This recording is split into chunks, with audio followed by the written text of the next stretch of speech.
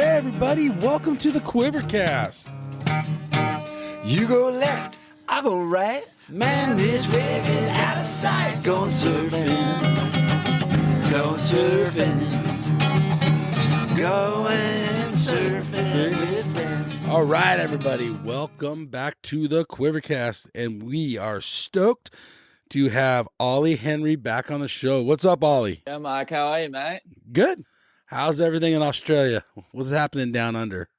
Everything's pretty good down under. I've just been surfing at home in West Oz a bit. Yeah, we're just sort of come out of winter, so the waves are starting to get a little bit smaller and all that. But yeah, as a whole, everything's been great, man. All right. Yeah. Killer. Been cool. How much warmer does the water get in the summer at your house? Well, it's funny because I was talking to someone about this the other day, and I don't think it actually gets that much warmer in summer here, but I think the air temperature gets a lot warmer and the elements, it's not as stormy and windy. Yes. So I don't think the water temperature fluctuates that much in West Oz, at least. I don't reckon. Okay. And tell everybody exactly where you live in West Oz. I'm from a little place called Dunsborough, which is about 10 minutes from Yallingup and about 40 minutes from Margaret River. So kind of in the Margaret River region where all the good waves are. Are there better waves in Margaret than your house? Oh, there's good waves down there and there's good waves up here. So it's a mixed bag, really. It depends on the day. Okay. That's fair. I want to ask you this question. I thought about it today. How much has Australia not been explored? Are there still places that are kind of untouched by surfers? Kind of. Like there's little remote islands and things like that. And there's there wouldn't be too much that hasn't been touched by surfers, but I think there's been things that haven't been explored to their full potential and haven't been tapped into properly. Like maybe surfers have gone there, but haven't scored it as good as it gets. And yeah, there's probably a few zones like that. I imagine in West Oz, there's definitely a few because there's a lot of, think about how big Western Australia is. It's a big state. And a lot of people around here only really surf the Margaret River region. And that's about 150 kilometer stretch of coast, like 100 miles basically. And there's thousands of miles of coastline. So there's a lot. And then in the southwest corner of Tasmania, it's like hard to access. And I reckon there's really good waves there. But no one can get there unless you have a boat. Yeah. So yeah, there's a bit going on down under. You ever have plans of getting a boat and then doing that exploring? Yeah, I'd love to do that. I just I don't know, I just don't have like endless amounts of money to do that kind of thing. So if there's anyone out there that wants to like put me on something like that, feel free to hit me up. That would be fucking rad, right? That'd be so rad. Yeah, that'd be pretty radical. All right. It could get kind of nasty down there too, right? Weather-wise? Yeah, it does get really cold. I've been down there in winter before and to the eastern side to surf ship sterns, and I was in a 5'4". Is that hamper you're surfing? Yeah, I don't know. It's a hard one. Maybe a little bit. Okay. I only caught a couple waves. I was down there with Aton Osborne, funnily enough. And yeah, and he's from California and he was wearing a 4.3 and he thought it was fine. And I was wearing a 5.4 and I was like, it's cold here. And he's like, dude, California gets pretty cold. I was like, yeah, I think this is cold too. Insane.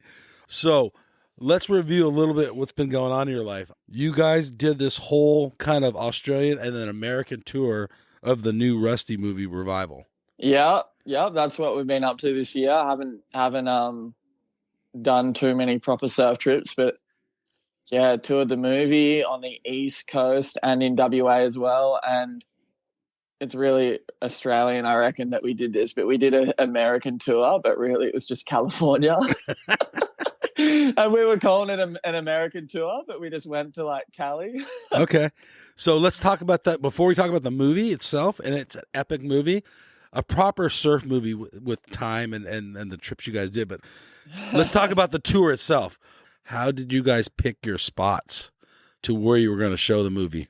Well, we kind of just picked zones that were in Australia, especially like felt relevant to the surfing scene, like where there's people that are going to come and watch it. You know what I mean? So Yes. Margaret River was the first premiere, and Rusty is a company that's based out of Perth in WA. So that was a bit of a no-brainer. Mm-hmm. So we did a Margaret River one, and then we did another one in Perth because there's a lot of surfers up there. And then on the East Coast, we were like, we'll go to the locations where there's a lot of surfing. So we did Bolter, which is on the Gold Coast. You know the beer company that Mick Fanning and Joel Parker and that started? Yes. We did it at their brewery company. All right. And then we did one in Newcastle. Rad. I think. Newcastle, which is another, that's where Craig Anderson's from, and Ryan Callanan and Morgan Siblick. Like there's a few crew from there. And then one on the Northern Beaches as well. That was pretty fun. And the Northern Beaches is like, has a pretty decent surf scene. And honestly, I think there was a couple other ones we did, but I'm struggling to remember because I'm a scatterbrain. You know what? I should have wrote the dates down and the times and the locations. I didn't, but that sounds Yeah, cool. isn't that terrible that I can't remember? But I know that we did 13 premieres. Yeah, well, I mean, you met a lot of people. You shook a lot of hands. I shook a lot of hands for sure. I'm fist bumping a lot of the time. How was it being the guy on the big screen and everyone there to watch you? Is that intimidating?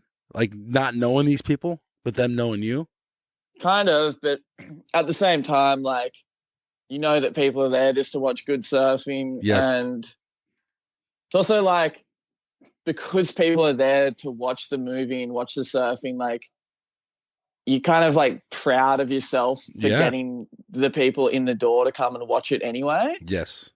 And no one's going to come up to you and be like, hey, Ollie, your part in the Rusty movie. That was dog shit.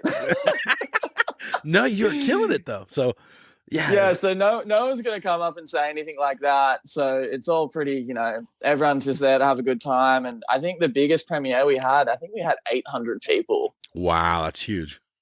Yeah, it's pretty big. 800 people in like, that's getting to the point of where you need to, like, most venues can barely fit 800 people, right? Of course. No, most theaters, not around here, at least not in California. Yeah, we had a couple that were 500. We had a few max capacity premieres for sure. We had a couple that weren't like completely full, but we had some pretty heavy hitting ones as well. So I was just pretty much just proud of my mates and everything, and people spreading the word. And I don't know, it's really cool when people just come and watch it, because we live in a day and age where, you know, everything just comes out on the internet anyway. So that kind of thing, you feel like it's lost, but at the end of the day, people want to come and do that thing. Like, it's more engaging almost for them to, like, you know, you go grab a beer. Like at most of the places we went to, we had like little beer tokens that we'd give out to people. And yeah, it was cool. It was a vibe. It was pretty epic, really. No, yeah, for sure.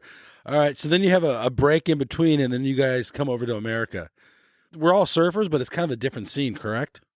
Than the Australian guys and gals? Yeah, for sure. It is quite different. And it's funny, but though, because everyone in America just watches the waves in Australia, and they just like, wow, the waves in Oz are so good. People get more hyped in America, I feel like. Everyone's more, I don't know how to like phrase it. Like, it feels like there's more energy almost, because Aussie crew are kind of pretty relaxed, like get rowdy when they're drinking and stuff. But man, in America, everyone is just like, so I don't know if it's just because I'm not from there. So people come up and they're like kind of pretty welcoming, like, hey man, like good to see you back in America. Like, fucking looking forward to watching the movie. And you just have a chat with everyone, and it's kind of all cool, because I guess because they know that you're, you know, like it's not where you're from. It's not your homeland. Yeah. I don't know. But I really like the American ones, hey, because everyone's just, like, I'm not American, but like people are still coming to watch me, you know, like, and watch my mates. It's pretty cool. So you go to the first show in America. You're hands on. You're helping set up the movie, the screen, and everything, getting all going that. So yeah. Tell us about that first night, the first premiere in America. Yeah, it was really cool. So we basically we were gonna have it in La Jolla, which is, for anyone that doesn't know, which is in San Diego, because that's where Rusty was pretty much born, like the person and the brand. Yep. So it seemed kind of fitting to have the first one over there. We were gonna have it at a bar, but they ended up being a bit weird about it, and Rusty and his partner were just like, "We've got a massive yard, like let's just have it here." And we were like, that is good, because it's just going to be like a house party with our movie played. So all the boys are like, yeah, we're doing that for sure. Zeke knew a guy with this massive projector that like an inflatable, how would you explain it? Like an inflatable screen. Yeah, like an outdoor like an screen. inflatable movie screen with like a projector that you could set up. And so we just put posters everywhere and just plugged it all over Instagram that we were having like a Rusty House premiere, and just like pretty much like a barbecue.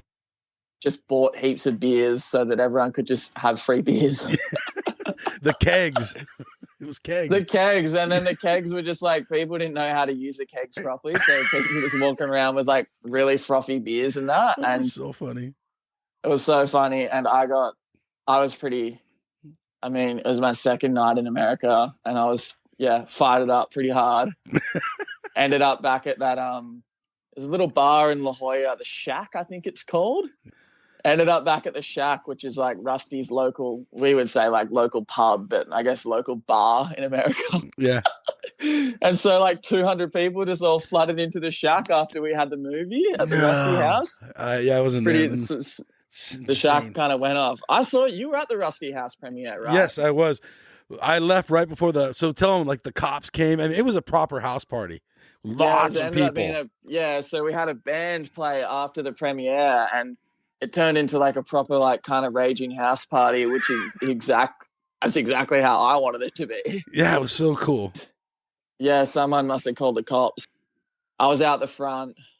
I don't know what I was doing out the front, but oh no, people were diving. There's these like hedges out the front, and there was a bunch of people diving into them.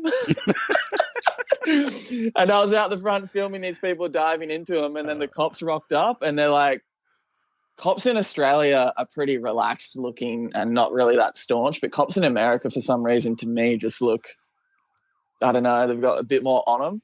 Okay. They just rocked up and walked. I just sat behind them and just followed them into the party, filming them, and then being like, all right, shut it down. And I just have a clip of the whole thing. It's like a 3-minute video. Oh, rad. And then, so it got shut down. And then, we all just went to the Shack instead. And I don't know. I stayed up until like 4 a.m. And with no sleep, right? Like you did, or did you sleep on the plane? Because you literally showed up that day. Yeah, I got a little bit of sleep on the plane, and then fired it up and ended up back at Zeke's house. And I think I went to bed like just before the sun came up, so pretty successful. Yeah. And then you guys did several other stops, right? You did like La Paloma Theater. Yeah, La Paloma was really cool because it felt like it felt like it just had a lot of history and stuff. It's pretty cool to be playing our movie there and having people like lining up out the front of the theater so that they could walk in and watch it, and just the building and everything. That thing must be pretty old, hey? Like the 50s, I feel like. No, and it's like 100 is that a years famous? Old. Yeah. Oh, really? It's that old? It's pretty old. 80 to 100 years. I don't know the exact date, but it's a classic old theater with so architecture of it all and stuff. It's pretty rad. Yeah, so I was about to say that, like the architecture of it was really cool, and it just felt like it was a really fitting place to play a film that you kind of worked so hard to make. Yeah, so La Paloma was really good, and then after that we went to, I think it was Venice Beach. Oh, Venice. Oh, yeah. You guys might have went to Venice. How was that scene? That's a different surf scene, by the way. Venice is a wild place, I thought. It was cool to go there and everything. And Venice one was pretty nice.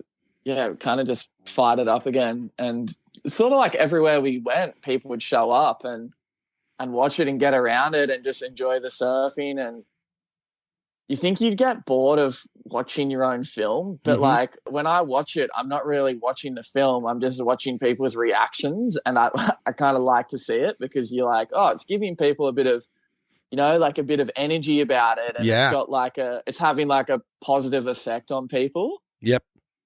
It's pretty cool, and it's nice because at each venue you go to, because they knew that you were like a part of the film, they'd give you like free dinner and like free beers all night.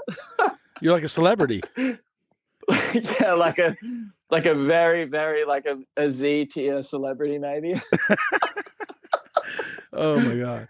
So you guys do this whole Southern California tour. And then, by the way, I don't know if you want to discuss it, but you got sick too, right? You got a cold or something, or the flu? I wasn't doing too well by the end of it. Oh man. Was it just because you went so hard? Nah, I can hold it together pretty good. So I don't think it was from that. I just think it was, it caught something, and that sucks. Yeah, ended up being pretty crook. I was in bed, but I was trying to keep myself alive by like going to this faux place in La Jolla. They had this really good like random little faux joint. Okay.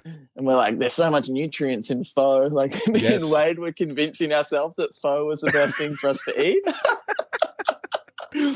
And we're like, this pho is so good. And I'm like, I'm going to Uber Eats this and that. And then we go outside and see the Uber Eats driver. And I'd be like, I haven't been outside in like 2 days. Oh, no. Yeah, that's sucks. Like, you'd be like, don't fucking touch me.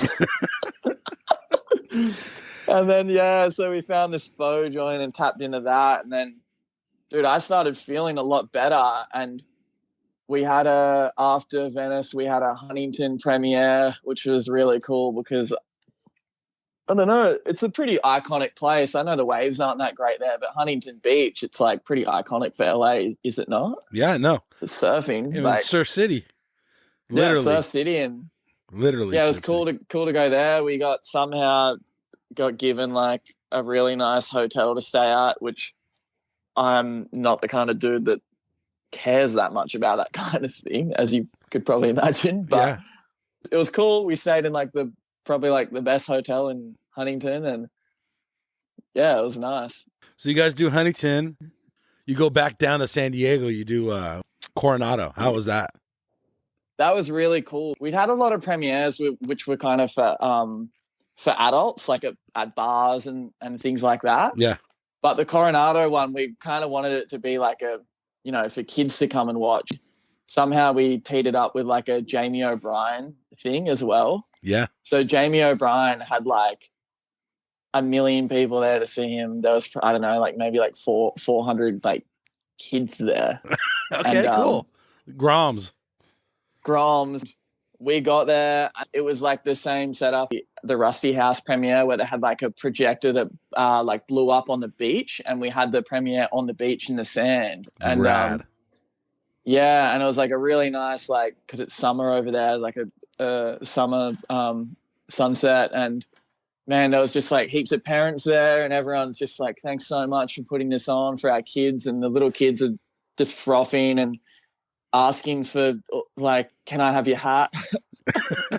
I was like giving all my stuff away, and the other boys was like, cool. Why are you giving everything away? And I was like, I got it given to me. I don't give a fuck. If the kid wants a hat, I'll give the kid a hat. Yeah, you're stoked the kid for life. Really? Yeah, and because that's the kind of thing that I was stoked on when I was a Grom, if someone did something like that to me. But we had like a poster signing before the movie. We got there at 4:00 and the movie was at 7. And probably signed like, maybe like 100 or 200 posters or something. There was like a line, there was a massive line, and the kids would just come through so stoked and just like, oh my God, I can't wait to watch it, blah, blah, blah, like bloody crazy Australians, And the parents were just like so happy as well that it was just, I guess it's just a nice, like healthy event for the kids to come and tap into. And like the other boys eventually like gave up on it, and they're like, we got to play the movie soon. But I just kept signing posters until making sure that everyone got one. It's nice. I was like, no man left behind with old dog. That's rad, though. I was like signing them really quick, like, what's your name? Like, Yeah, that's so awesome. I'd just be like, go big from Ollie, like, keep ripping, bro. Some of them probably didn't even surf. That was a really nice premiere. And Jamie was a legend about it too, because obviously, like, most of the kids were probably there to see Jamie. Yeah. They were frothing that it was just everyone was there as well. And yeah, so after that one, we had a 2-day break, and then we had one in Pacific Beach. Yeah. And that one was like another just like raging party, basically. Back to the adults.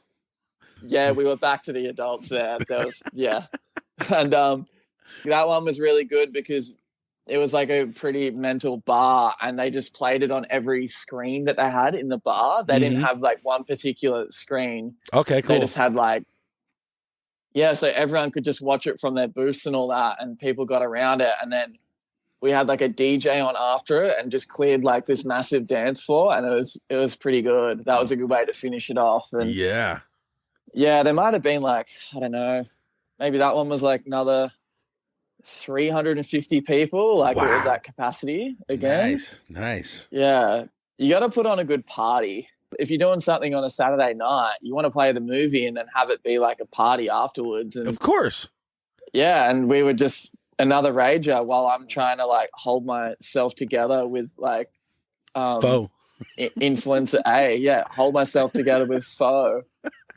I told someone that I'd been feeling unwell, and they were like kind of weird about it. And I was like, fuck, I can't tell anyone that I've been feeling sick because people like think that I'm like carrying some like some nuclear disease. I've just got like the flu because I've been like raging.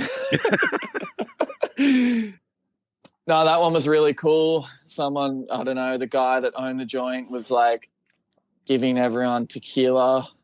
Wow. Full blast. But yeah, and then that was a really good way to finish it off. That is a rad way to finish it off. Did you know Jamie O'Brien? Was he there at that movie that night? Yeah, he was there at the movie. I didn't know him, but when he introduced himself, he like I obviously knew who he was. Like, of course. I don't live under a rock. Yeah. But he knew everyone. It was cool. I think he might have watched the movie first or something. Okay. And man, he was a legend. He was really, really cool. Right on. Dude. That's super cool. Jamie was really accommodating. Yeah. All right, let's get into the movie Revival. Okay, so you guys filmed the movie. Who's in the movie with you? I guess the main hitters in it is it's Wade Carmichael. Yes. Jacob Zeekley, Letty Mortensen, myself, and then there's like appearances from Jojo Roper, who you would know, and who else is in it? James McKean, Kyle Ibelli. Yeah. There's a few other people as well. My mate Duke Nagsam from WA, he's in the up north section, gets a couple of really good waves at Nalu, that heavy left. Yeah. Yeah, but mainly it's kind of Wade, Letty, and myself. Such a good movie. Yeah. Yeah. So it starts off. Who gets the first wave in the movie? Yeah, I've got the first wave. That's what I thought. I have my own part in the movie, yeah. which opens the movie up, which is about 4.5 minutes. From there, it goes to a WA section, which is just fun waves around Margaret River when the boys have been here for the Margs Pro, and then goes to Northwest WA. Fuck, there's a lot of sections. There's a lot of sections. This is a real, for everyone needs to know, this isn't a 15-minute like clip. This goes 45 minutes. Yeah. It's a proper legit surf movie. This is along the classic movies of the 70s and 80s and 90s where people before social media kind of did one or two clips. This is a lot of surfing, a lot of traveling. So where are some of the places you guys went? I guess the main locations, Australia, the Mentawis. Yeah, great part. Mexico. Gnarly part. Nicaragua. That's how Americans say it. I can't say it properly. Nicaragua. South Oz too. Nalu, like, yeah, they're the main ones. And then there's a bit of Tahiti sprinkled in there, and a couple waves of JoJo at Mavericks, which are pretty outlandish. Yeah. I think Caio Belly's got a little bit of Portugal, a little bit of like there's a wave in Brazil called Shock. Okay. A super crazy wave. That's like that right wave that they tow that like breaks right next to rocks and it's really wobbly. Mm-hmm. Yeah, that's joint's pretty crazy. But yeah, the heavy hitting sections of Mexico, Mentawais, and WA, I reckon. It was so cool seeing you, like the opening scene with you on there. How are you guys as traveling partners? How did that go about? Yeah, because we're all on the same team. We've just, I guess the way the Rusty team is structured is everyone's a different personality. Yes. And so everyone kind of complements each other. Mm-hmm. But none of us really clash at all. So it's really good. So when we all travel together, it's just one person's weakness is someone else's strength, I feel like. And Wade is like he's a lot older than me. He's probably 8 years older than me. So he's more of like he's just more mature, more seasoned, and more, I don't know, less of like a loose young dude maybe. Okay. And yeah, he's just actually had his first child. Congrats, Wado. Congrats. That's super awesome. Skip Carmichael. Probably going to have a pretty mean front side hack on him, I'd say. I reckon that kid's going to be able to lay rail. Oh yeah, for sure. Yeah, Wade's real good to travel with. Hey, easy going. Yeah, cruisy. It's good. All the lads are really. Yeah. What about Letty? Yep, Letty's the same. Super chill. He's kind of on top of things, but he can get pretty flustered sometimes, and he's you have a little laugh at him. You're like, come on, Letty, chill out, mate. It's gonna be right. All right. But as a whole, like he's pretty easy to travel with as well, and no one's like running late. Everyone's kind of on the same program. We're all chilling, I guess, because once you've like a surfer's like traveled around enough, everyone kind of knows what they're up to, and no one wigs out or anything. It's pretty chill. Yeah. Zeke seems, at least from the outside, and maybe not personally, because I don't know him personally, but he seems kind of different than all three of you guys. A little more outgoing, a little more energy. He's a pretty charismatic little man, isn't he? Yeah, he's just a little ball of energy, basically. And I actually haven't traveled with him that much, to be honest. I've only really been in America with him and Hawaii and then in WA, but that's where I live, so it's kind of like easy to get away from him if I needed to. Need to have a break from him. But yeah. Nah, he's super cool as well. Like he has his head screwed on more than what people would think. He knows what he's up to, you know what I mean? And he just wants to have a good time, but he works hard as well. Like he's making YouTube videos constantly, and he's on the board for his family business and stuff. So he's doing business calls and things like that. He's definitely not just some guy that just, I don't know, fucks off and surfs out. Yeah, he's always chilling. Yeah. The one thing I would say about him is he lags really hard. He's just, I said the other boys are kind of on top of things. Like, we're packed and we're ready to go. Yes. It takes like another hour and we're just like, mate, can you hurry the fuck up? And he's like, yeah, dog, I'm going. I just got to upload this YouTube video. We're like, upload it when we get home. He's like, nah, dog, this is prime time. And you're just like, why didn't you do it 2 hours ago? He's like, nah, dog, I was busy. And you're just like, oh, no. Yeah. But nah, he's cool as well. He's just a different character. I used to find him a bit annoying, but now I'm just like, I just love it. I just back it. Yeah. Yeah. So you guys have become friends, good friends. Yeah. I just like back how bonkers he is, basically. Yeah. Accept it. Like I accept how skits he is. It's funny. He rips as well. Like I don't think he gets enough credit for how hard he charges and stuff. Like he gets pretty good waves at pipe and stuff. He definitely has a crack. Yeah. It's definitely not just like a little wave pool boy. He gets it done in the ocean too. He can throw his weight around a bit. Okay, so you guys do this traveling, how does that pan out to make this movie? So you're going to different destinations, let's say Mexico, because that part of the movie really stands out for me because you guys got some really good waves. How was the planning of that? How'd that happen? So the very first trip that we did for the movie is actually the last section of the movie, and that was the Mentawais, right? Yeah. And we did like this crazy boat trip for 2 weeks, and it was pumping the whole time, pretty much. It was trippy. But so after we had all that footage, we were like, oh, well, we can make a movie. Like we've already got a really strong section. Like think of other places we can go that are gonna. You kind of want if you're gonna make a longer movie, you can't really have. It sounds a little bit odd, but you can't have it be all board shorts, right? But you can't have True. it be all wetsuits. So you need to think of locations that you can go to that have the terrain's different and the watercolor's different and things like that. Yeah, Mexico is a good one because the waves are really good, but it's like the terrain's all kind of more earthy looking and it's not as like deep blue ocean like the Mentawai. So it's a bit of a contrast, even though it's still in board shorts. Yes. I think that was the kind of structure around the Mexico trip. And then it was like, oh, we've got Nalu stuff and we've got, Southwest WA, like around Margaret River. And that stuff's all wetsuits, right? Right. You'll see it in a lot of movies. Like if you watch Harry Bryant's last movie, he's going to places that are really cold and then really tropical. Like it's spreading the load with what the footage looks like because generally like a colder destination, the footage will look more moody. So you have to use a moodier song for it.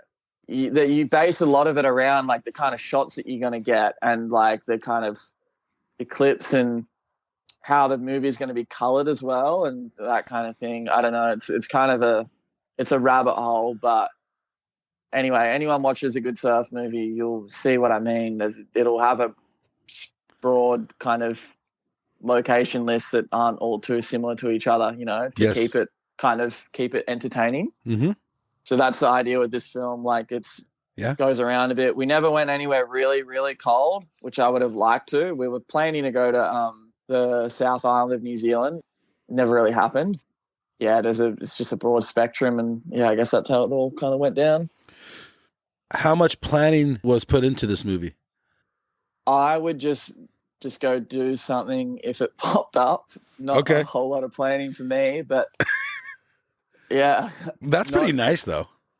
Yeah, pretty good. And the other boys were the same. Like once we got a trip done, it'd be like, all right, like where's another place we can go to? And then it just kind of snowballed into becoming what it is now.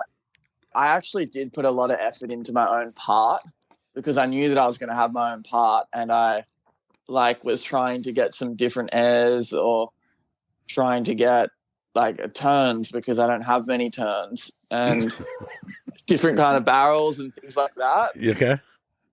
And not just have it be like all like surfing a wave like the right or something, which is like, huge slab and death trap. Yeah, like I'd have a spread. I think my last wave in my part now is actually, which you wouldn't have seen yet. I put it in there after the premieres, but a paddle wave at Shipstones now is the final wave, which is really cool. The movie's been remastered since the premieres.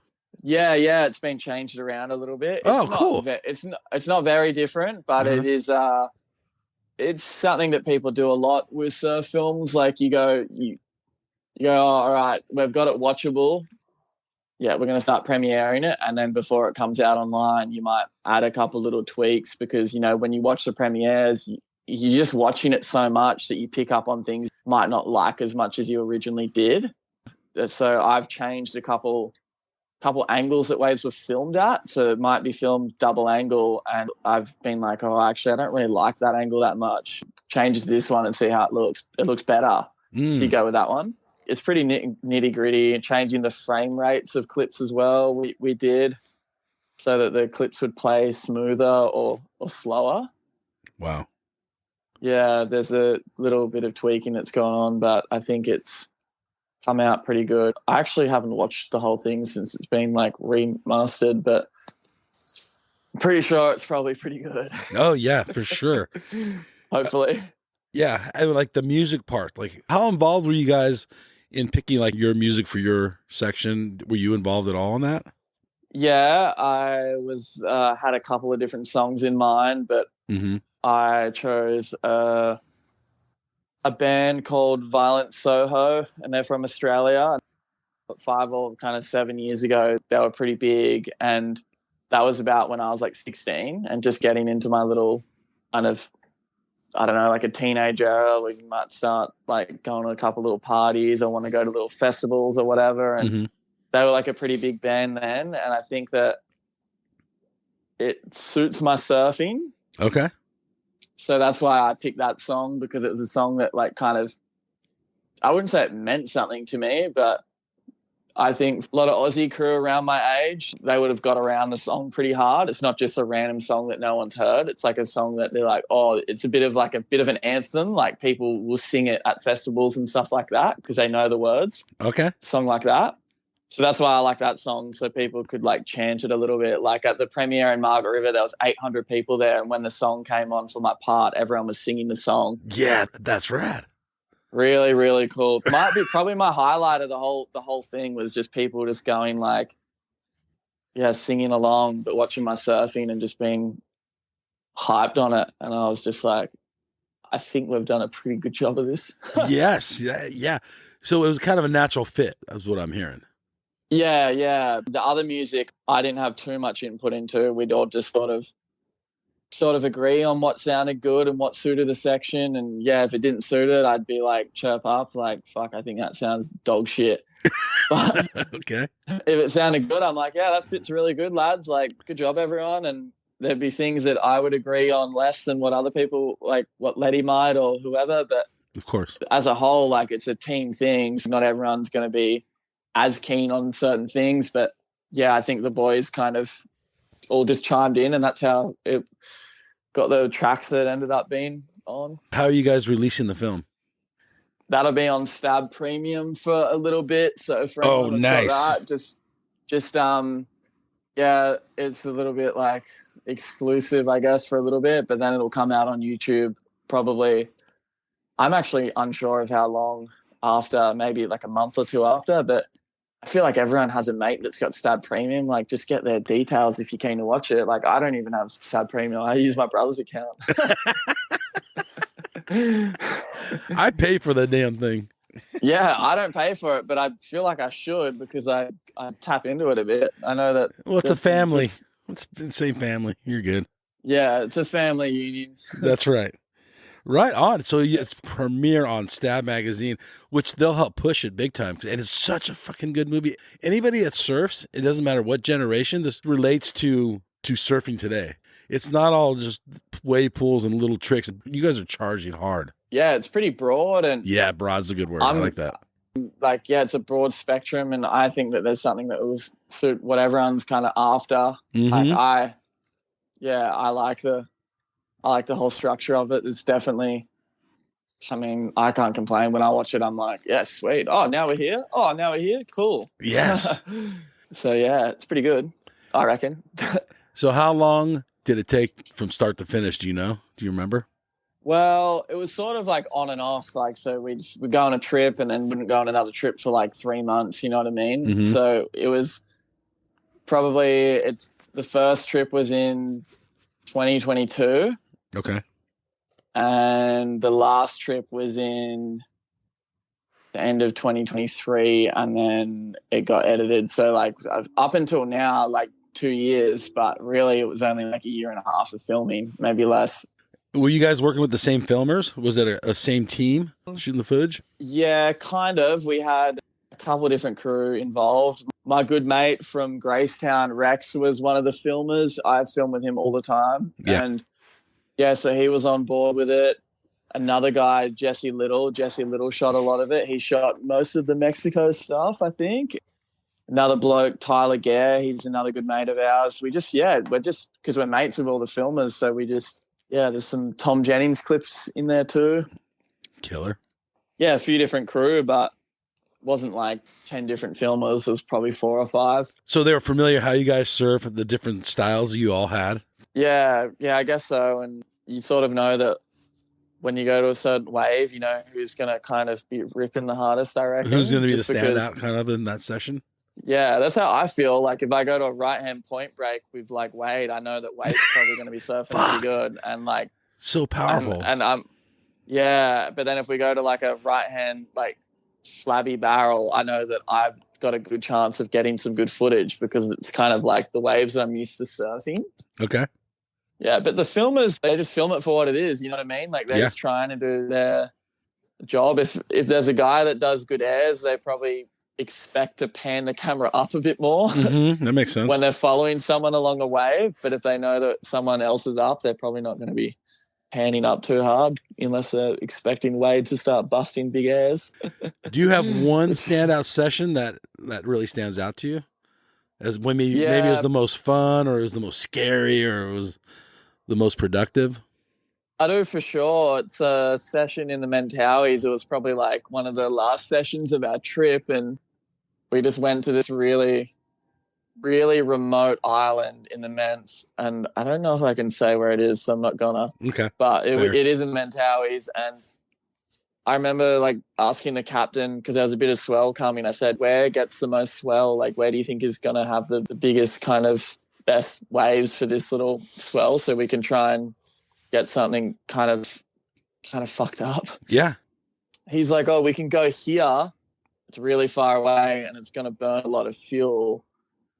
And there's not really any other waves around this area, but we can go here and give it a go. It's a pretty crazy ride. It's like, it's in the middle of nowhere, but if you want, like, we can do it. And all the boys were just like, the captain's name's Lippy, and Lippy's a bit of just one of those guys that you feel like you can trust with their calls. You don't think he's going to make a bad call. He's going to put you on the spot, basically. Mm-hmm. And we're like, all right, if Lippy's keen, let's do it. And Wade had actually been to this spot before. And he's like, yeah, the wave's pretty good. I'd never even seen a photo of the wave, never heard of the wave. And I was like, where? I was like, the Ments? I've never heard of that wave before. Like, never seen a clip of it, because people don't go there that much because they know that it's like you're begging to get skunked, basically. Mm-hmm. So we go down there. We get there and it's really stormy and really, really windy. And we go out in the boat, like the speedboat they have, check it, and it's just howling side shore and it just looks terrible. And we're like, oh no, we've cooked it. We'll see if it gets any better. And if it doesn't get better, we'll leave. And the wind just dropped off in the afternoon and we had a pretty fun session, got some pretty good waves, but nothing too insane. It's like a pretty much like a right version of Greenbush, which everyone will know that wave. And we're like, oh, well, there's going to be more swell tomorrow. We'll stay and surf it in the morning. And then we get up in the morning and it's really windy again. And we're like, oh, it looks kind of average, but we'll wait. So we waited again and then went out at about midday and it started getting good. And then we pretty much were just trading sets for like a couple hours. We'd had sick ones and we thought it was done for because it got really slow. And I started getting little inside ones and trying to do turns because it was like, it went from being 5 foot to just not breaking. And we're like, oh, we kind of scored it. And that's been good. Boys are sitting out the back for ages. And then I paddled out the back and dude, the horizon just pretty much went black. No. I was looking at the boat, the Mangalui anchored like 300 meters out the back of the break, and the boat's like goes over the biggest lump of ocean. And I was thinking, holy fuck, like a wave like 3 times as big as anything that we've had is coming in. Yeah. And no one had been and surfed this wave this big before. And we were like, you didn't know what this wave was going to do. And we all paddled like kind of far out and everyone just was out of position. And I just was like to myself, fuck it, I'm just going to swing and give it a go. Mm-hmm. It just went so thick and I just took the drop, somehow took off in the perfect spot, pumped into this massive barrel, and I like was literally like being in a pit at like Chopu or something. Wow. And then, yeah, it was the biggest, roundest, bluest cave. And then I just got blown out into the channel. Wow. And I just felt like I just winged it so hard because the wave hits this end bit and it goes onto like dry reef. And somehow this bomb didn't go into the dry bit. So I just got spat out and the wave just finished and I rode into the channel, and then all the boys were hooting, and definitely the highlight of the movie, like to me, because we'd gone somewhere so remote with the off chance of it being good. We got it good, and then it just stopped breaking for like an hour and a half, and we're just sitting there going, oh, we'll wait till it gets dark kind of thing. There might be another couple of fun ones. And then honestly, for me, it's probably like the top 3 best waves of my life, I reckon. Nice. Just got that out of nowhere, and I was a pretty happy boy after that. Yeah, I would say. That's the finishing wave of the movie. The movie ends on that one. That's so rad. What did you learn from your teammates? Did you learn anything on these trips, either in surfing or personality, or learn something in life? It's hard to say. I guess just looking at how different people handle different situations, maybe like a little bit of perspective for how other people deal with things, and being open to like the fact that different people run their agenda differently. That's probably about it. Just when you're traveling with people so much, you see how different people handle, like how the boys handle a situation. And I think to myself, I would have handled that a lot differently, but they definitely handled it in a better way, and vice versa, I think. Okay. But that's just something that you get from hanging out with people, right? It's not something that you get just from, fuck man, how much can you learn off like a couple of surfer dudes? Like, I think a lot though, really. I don't think too much. But like they've been my mates for 5 years, you know what I mean? It's like, it's not like I just met those lads before we made the movie. Like, right, I knew them that's for true. 5 years before then. So yeah, I just learned, I guess, to just have fun, and I don't know, don't be a fuckwit. Which no one was, but just in general, don't be a fuckwit. You brought up in the movie how JoJo gets a few waves at Mavericks. Are you keen to try that wave? I would be keen, I think, but I don't think I'd be keen. I don't think I'd just fly there from Australia just to surf it, because I don't know, it's just like a kind of a burger to me. But it's bigger. It's a big burger. Yeah, and it's interesting because I don't know, I just can't imagine myself being like that. I like the big barrels, and I know that people have had some big barrels out there, but fuck, there's not many, and like you'd have to work pretty hard at it to get there. But I'd love to do it if I was in the vicinity of it. You know what I mean? If I was in California and there was a Mavericks day, I wouldn't turn it down. But it's a long way for me to go just to surf that wave. I'm more keen to surf Jaws though. Okay. Why? I just think that it's just a better wave. Like you can take off and get like a massive barrel, and like I think consistently people get barrels out there, which is appealing to me because it's the kind of, I mean, it's like the apex of surfing. Yeah. You know, it's like the best thing you can get really is a big barrel. Okay. And I love watching the footage of it because it seems so intense. You know, they're getting mowed down by big set waves, and then all of a sudden Albie Layer's just swung and he's parked himself in a 15-foot tube. Yeah. Yeah, it just looks really cool. I think that's something I'd like. Would you paddle like it? to do. Or would you want to get towed in? Nah, I think I have to paddle it. I kind of okay. I don't really like the towing unless you're towing a wave that isn't really paddleable. Unless you're towing to like, if you're towing to just fuck around, it's fun. But a wave like the right, it's impossible to paddle a bomb at the right. And people love to think otherwise, but if it was possible, it would have already been done. It's impossible. People don't paddle the giant tow waves at Chopu. You're never going to do it at the right either. It's the same size, moving this just as quick. Okay. But yeah, so a wave like Jaws, I think if people are paddling, like I want to be out there paddling. But if it was really windy and massive and no one's paddling, I'm probably not going to be the guy that's like, nah, I'm just paddling today, boys. I'm probably going to grab the rope and get a couple. I'm not going to be like the one that's like, nah, fuck jet skis. I'm paddle guy right now. Would you fly for a jaw swell? Or probably not. Just the distance is so far. It's so far, and I don't know. I would if I had like bulk cash, but okay, true. I don't know. For me, like I don't want to go spend like $5,000 to go and do a Jaws swell and maybe not get a wave when I can spend $5,000 to go to like the Mentawais or something. Mm.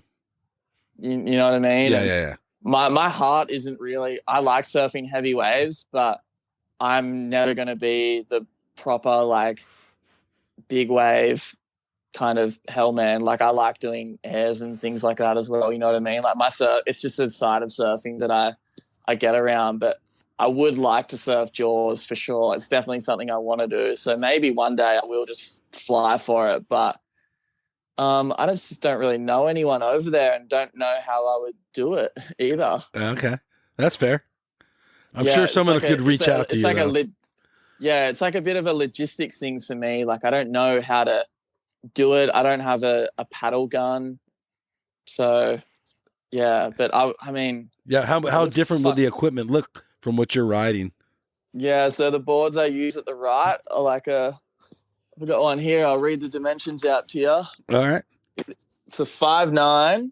Yes. So small. By 16 3/4 by 1 7/8. And it's 19 liters. Yeah. Yeah. 1 inch thick stringer, and it weighs about 5 kilos. Wow. Yeah, that's not a Mavericks board. But or a Jaws board for sure. Yeah, but I don't know. Jaws just looks like a good wave. It looks like the kind of wave that if it was 4 foot, you would want to go and surf it too. Right. But in order to surf it, you would have to reach out to Rusty or somebody to shape you a board made for that spot specifically. I think so. I've thought about it a little bit actually this year because I think I'm going to go over to Hawaii in January. Oh, okay. I know you probably don't know this about me, but I'm like a bow hunter as well. And okay, I did not. I was thinking about going over to Maui and going getting on the hunt and interesting. Maybe that would be you could do it all bow hunt and then end up being a Jaws swell and I'd just have to go surf Jaws as well. It'd be the perfect vacation or a trip. It'd be crazy. So I just don't know how that kind of side of things work, you know what I mean? I think I could ask Jojo Roper. Jojo would probably help me out. There you go. Jaws just looks crazy and I don't know why, but I want to surf Nazare as well. I think just because it's so big. Yeah, and I don't particularly think there's much skill involved in it or anything like that. I would love to know what it feels like to ride a massive wave at Nazare. I don't think it looks particularly like, I know you're not going to get a massive barrel or anything, but like, dude, you're riding an 80-foot wave. It's pretty crazy. There's so much water moving. Yeah, there's so much water moving and it's got the massive cliff there. I just think it just looks bonkers. It just doesn't look real. And that has a little bit of appeal to me just because it's so big. Yeah, makes sense. I would just like to catch like 1 or 2 waves out there and then go and, I don't know, eat some like Portuguese. There you go. Yeah. And I think the beach breaks in Portugal are pretty good. Yeah. So I don't know why, but that's one that I'd like to do. We'd probably almost do that before I'd want to go to Mavericks. Mavericks looks really mean. Looks like a mean wave, really cold, sharky, doesn't barrel all the time. It's like clampy. It just, to me, looks, I can see why you do it if you live there, but I'm probably not going out of my way for that when I can go to Jaws where it's a bit warmer and probably a better wave. Talking about Nazarene, would you paddle it or are you getting towed? I would just want to tow it and go there when it's going to be the just massive. Proper, and watch someone get 100-foot wave basically. But just would like to go there and tow it massive one time. Yeah. But I don't have logistically, I don't know anyone or have any idea of how you would actually do it. But I just think it would be cool. Yes. I think while I'm fit and young and could probably handle a Nazare beatdown, I would like to do it. If the opportunity came up, I definitely wouldn't say no. Probably wouldn't say no to a lot of things, actually. I'm kind of a bit of a yes man. All right, there you go. How often do you bodyboard? I bodyboard a lot more than probably people would think. I don't know why, but I've got like to a point where I can go out when it's really it's hard for me to surf because the waves are so heavy Mm-hmm. and slabby and the drops are so hard. And I can go out on my bodyboard and clean up and get heaps of barrels. So I go get it done a fair bit on the book. I kind of like want to booger wave at the right. Okay. Yeah, I don't. That's another thing that I've been thinking about. Like, surely, like I can get like a 12-footer, and it's not going to be like ultra life threatening if I fall. Okay. But I just think it would be cool to sit in a massive pit, laying down. Do you feel comfortable? Yeah, I feel pretty comfortable on one. Like I can hold a rail and everything. Like I'm definitely not like a kook, but I wouldn't say I'm like really good. Okay. Do you always have a bodyboard in the car if they're swell, just in case? Yeah, I do. And actually, we're at the box yesterday, and it wasn't looking that good for surfing. I went to get my bodyboard out because I've been bodyboarding it a little bit when the tide's a bit low for surfing, and it's a bit sketchy. Mm-hmm. And I went to get it out, and I didn't have it, and I was super bummed. And I was with my mate Fraser, that's like a surfer, and he's just like, "No way, you're that Devo about not having your boog in the car." And I'm like, dude, it's always in the car. I have 2 shortboards and a boog in the car 24/7. I was like, I've got 2 surfboards in case I snap one. Okay. And I've got a bodyboard in case it's looking pretty good for the boog. Oh my God. Are there 2 different worlds? The guys on the bodyboard versus the surfers? In WA, it's mixed together pretty good, and everyone's Respectful. we respects everyone because we have so many heavy waves here and so many waves that's you have to be at such a high level to even be able to make the drop on a surfboard. Anyone that's a psycho on a bodyboard is pretty well respected. It's cool, I think, here. Yeah. Like that. Because I know that I don't California's not really like that, is it? No. They're 2 different worlds. Like yeah, here it's mixed together pretty good. Like everyone hangs out together and everything. It's really cool. I like it. Yeah, it's a rarity. I think it's because the bodyboarders they're paddling into crazier waves than the surfers can. Okay. So you'd have to have your head up your ass to not like respect that, I reckon. Right. Yeah. Watching everyone's towing the right, and so Nathan Florence is out the right, and he's like obviously at the highest level you can be paddle surfing to a paddle slab. He can't get into a wave, but there's 3 bodyboarders out there paddling into massive pits. You kind of got to back it pretty hard. Okay. Yes. And they're just guys that just have normal jobs. You know what I mean? Mm-hmm. Because there's not really any money in boogie boarding. So right. They're just guys that just go to work and then somehow just get the biggest, baddest bazzers. So the right, who is the guy out there? Is there a guy? Not really. Hey, like there's a few pretty good dudes out there, and it's probably like it kind of comes and goes. Like sometimes someone's on the day, you know, they're getting all the good ones because they're just in tune. And I think back in the day, Mark Matthews is probably kind of the guy. Mm-hmm. But then there's another guy, Chris Ross, that's probably was the guy as well. And it's a bit like that. You know how Chofu, there's like Matahi, and then there's Emio, and then there's other guys that are really good as well. It's kind of, it's a little bit like that. Awesome. Were you there when Nathan Florence surfed there? Yeah. What'd you think? I came out in the afternoon. I thought it was cool that he was going to give it a crack, and I just maybe don't think he realized how hard it was. Yeah, that makes sense. And but now he knows how hard it is, and I'm sure he's back to the drawing board, and he's probably gonna get one, I reckon, at some point. And yeah, it's just a lot of water moves around, and it's not a perfect wave. And to be in the spot to paddle one, it's like it's not like 1 in 100. I reckon it's like 1 in 1,000. Did he take any towed in, or he just didn't catch a wave? No, I don't think he towed into any. But interesting. It wasn't a very good day either. It wasn't like the pumping day at the right. It was like a pretty slow, fickle day where it's not that good. And so to Nate's credit, I think if it had been a little bit better out there, he probably could have had more of a crack. But it just didn't really come together. It was a pretty average day, really. It's not one that I look back on and think, fuck, that was sick. Did you have a conversation with the guy? Yeah, he's a legend. Hey, I'd see him around a fair bit. We always have a good yarn. Okay. I'm a pretty chatty bloke, and we have some funny little conversations. He's a cool dude. Nice.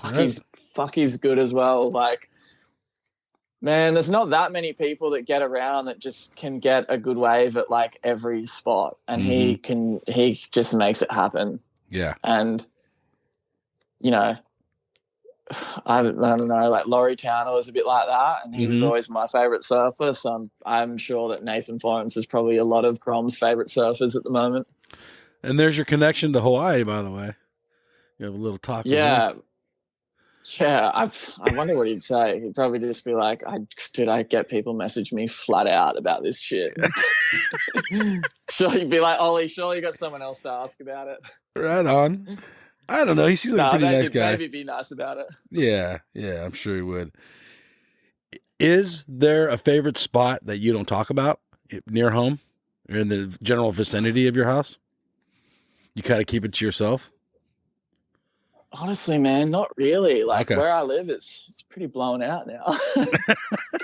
It's fucking people everywhere. What about the older generation? Are they pissed off that it's kind of known about now? No, I don't think so, because a lot of the waves that are probably blown out that weren't are like they'd be hard for them to surf now because they're so slabby and heavy. You know what I mean? Yeah.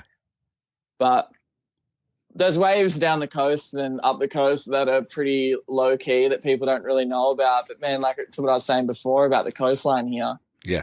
People just think that WA is Margaret River and Nalu, and they don't realize that there's a whole lot more out there. And the thing with the Margaret River coast and the kind of Nalu Red Bluff zone is they're pretty foolproof. Like you can call the forecast pretty good for them. So everything else is just, fickle and hard to work for. But there's nothing that you wouldn't have seen on video of me, put it that way. Okay.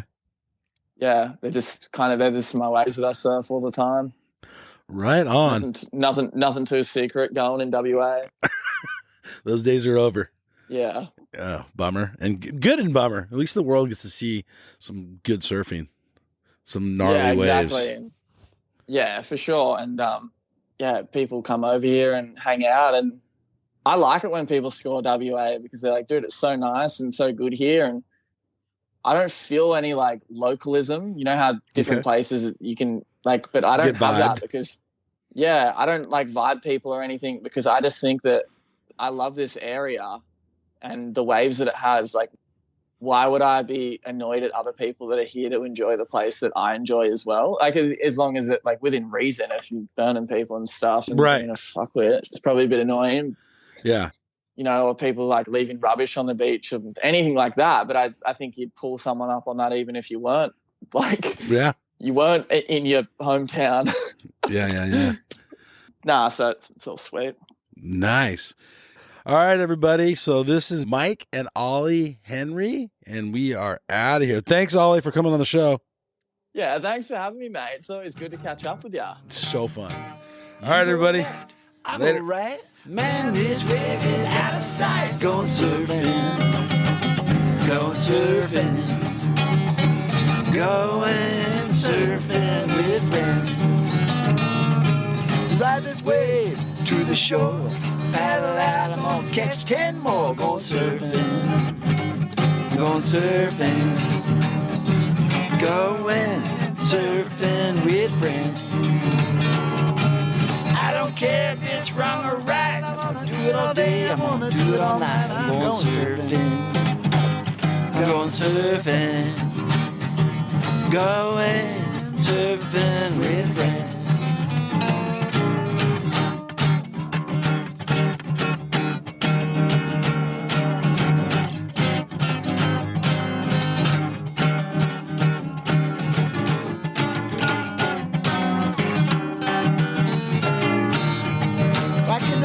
On my way, it's a beautiful day. I'm going surfing.